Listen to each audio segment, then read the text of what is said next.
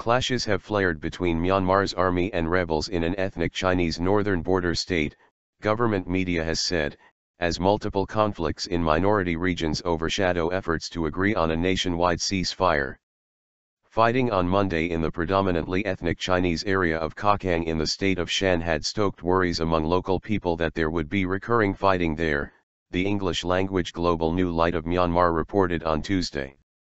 While the state is making all-out efforts for reaching a nationwide ceasefire, the renegade groups of Kokang have ambushed the troops of the Tatmadaw army, it said.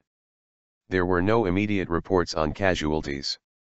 The resurgence of violence in Kokang, which had been largely dormant for nearly 6 years, saw rebel troops attack Myanmar military positions in the area on Monday.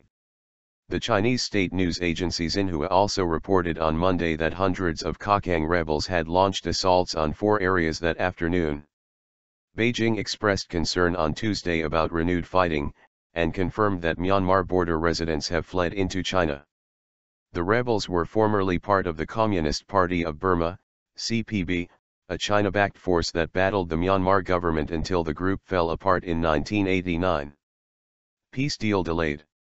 The fighting comes as conflict between the military and armed ethnic minority groups rages in other parts of Shan and northern Kachin states, casting doubts over government efforts to sign a nationwide ceasefire deal.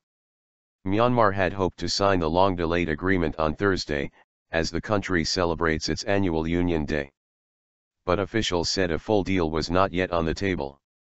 We will not be able to sign the nationwide ceasefire accord because there are some negotiation points still left to discuss, Hla Mong Shui, a negotiator with the Myanmar Peace Center, told the AFP news agency.